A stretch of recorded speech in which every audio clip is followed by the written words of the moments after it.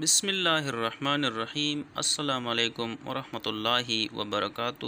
الف لام چینل کی طرف سے آج میں اپنے دوستوں کو رسول اللہ صلی اللہ علیہ وآلہ وسلم کا ایک بہت ہی پیارا فرمان بتاؤں گا۔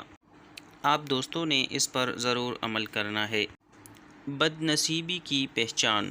رسول اللہ صلی اللہ علیہ وآلہ وسلم نے فرمایا، 4 چیزیں بد نصیبی کی پہچان ہے۔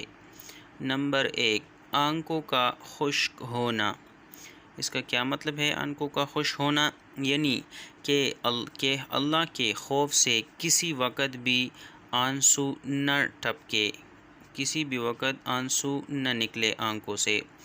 نمبر 2، دل کا سخت ہونا، کہ آخرت کے لیے یا کسی دوسرے کے لیے کسی وقت بھی دل نرم نہ پڑے۔ نمبر 3، امیدوں کا لمبا ہونا، یعنی بہت زیادہ امیدیں لوگوں سے وابستہ کرنا یا دنیا سے زیادہ امید رکھنا۔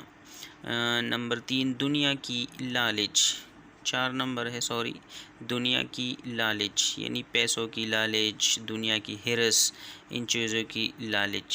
ان 4 چیزوں سے آپ دوستوں نے بچنا ہے، یہ بد نصیبی کی علامات ہے۔